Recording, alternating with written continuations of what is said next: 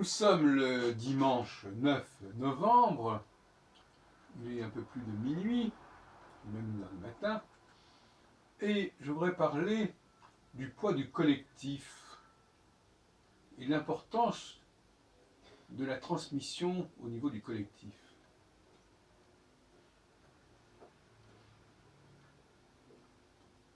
Je commencerai par dire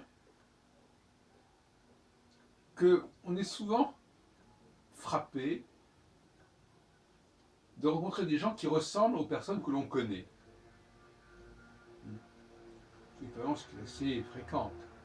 On entend quelqu'un dire des choses qui ressemblent beaucoup à ce que quelqu'un d'autre que nous connaissons dit. On entend, on voit des visages, on voit des façons de se comporter qui évoquent sérieusement des gens qu'on connaît. Je veux dire par là que les gens ne sont pas forcément très originaux et très uniques. Ce n'est que par hasard qu'on n'a pas fait la connaissance de gens qui leur ressemblaient. Mais ce n'est qu'une question de temps, ce n'est qu'un hasard. On peut, par exemple, moi je peux dire que j'ai été sensible à une certaine époque au charme britannique, à une autre époque au charme slave, etc. Et par conséquent, ce n'est pas tellement telle personne en particulier qui m'a charmé, en fait. C'est l'appartenance de cette personne à un groupe donné dont elle est une représentante valide, valable. Mais en même temps, c'est un petit peu choquant. C'est un peu comme, par exemple, rencontrer les parents, les frères et sœurs d'une personne que l'on connaît ou que l'on aime.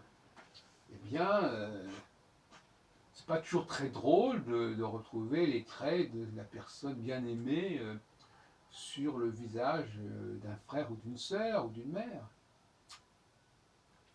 On peut parler d'une sorte de dépersonnalisation, d'une certaine manière, produite par le fait de rencontrer des gens qui ressemblent aux gens que vous connaissez. Et inversement, bien entendu, nous aussi, nous ressemblons à des gens, et quelque part, notre façon de parler, notre style, notre look, etc., nous ne sommes pas, nous n'avons pas l'exclusivité de notre façon de nous comporter. Et donc, par conséquent, on peut avoir à l'étranger, on peut avoir le charme d'un Français, et les Anglais peuvent avoir en France le charme des Anglais, etc. Et d'une certaine façon, le paradoxe, c'est que euh, c'est moins évident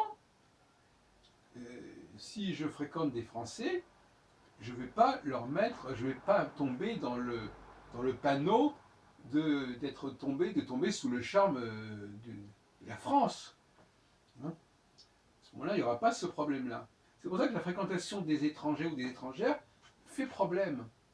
Parce que quand on fréquente un étranger, on fréquente le milieu auquel cet étranger appartient.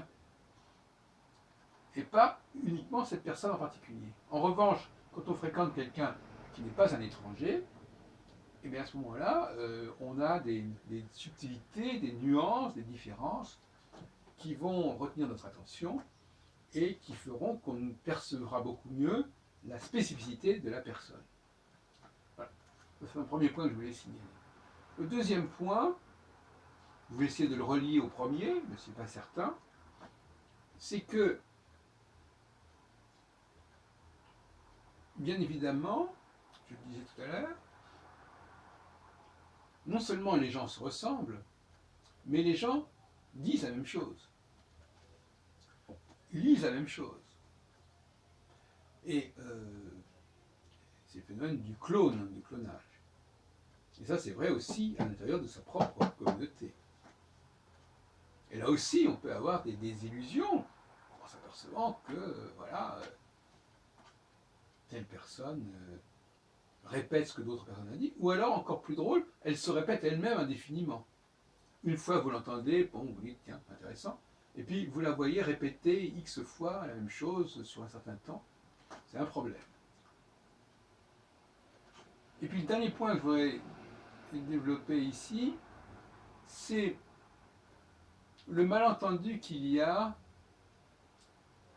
concernant le fait que quand une femme dit, par exemple, oui, moi je fais la même chose que tel homme, elle oublie le facteur temps. Le facteur temps est un facteur absolument fondamental. La grande question, c'est est-ce qu'on a été le premier à faire ceci ou à dire ceci? C'est ça la question. Il ne s'agit pas de faire la même chose que notre personne. Si cette autre personne elle-même euh, ne fait que reproduire ce que d'autres encore ont fait, bon, ben voilà. Le grand enjeu pour les femmes qui voudraient démontrer véritablement qu'elles ont un potentiel remarquable, ce serait de prouver qu'elles sont les premières, bien les premières à dire certaines choses ou à faire certaines choses. Et non seulement qu'elles sont les premières à dire certaines choses, mais qu'elles sont les premières, c'est-à-dire qu'elles sont suivies par d'autres. C'est-à-dire qu'elles sont imitées par d'autres. Autrement dit, la grande question, c'est pas est-ce que je fais la même chose qu'un homme, c'est est-ce que je suis imitable comme l'est un homme? Est-ce que les gens ont envie de m'imiter? Est-ce qu'ils ont envie de me suivre? C'est ça la grande question. Et ça se vérifie dans l'espace-temps. Est-ce qu'il y a beaucoup de gens qui font ça? Et est-ce que sur un certain temps, il y a beaucoup de gens qui vont dans cette direction? Vous voyez ce que je veux dire? Donc c'est pas la question simplement de faire quelque chose. C'est de savoir quel va être l'impact de ce qu'on fait. C'est ça qui compte. C'est pas le fait de faire la chose, parce que faire la chose, je rappelle encore une fois, on risque de se trouver dans la situation, on est 1 sur 1000 à faire la même chose, que ce soit des hommes ou des femmes. Non. La question, c'est la chronologie. C'est-à-dire, est-ce que je suis en tête? Est-ce que je suis le premier à faire ceci ou faire cela? Est-ce que je suis le premier et après d'autres m'auront suivi? Et là malheureusement,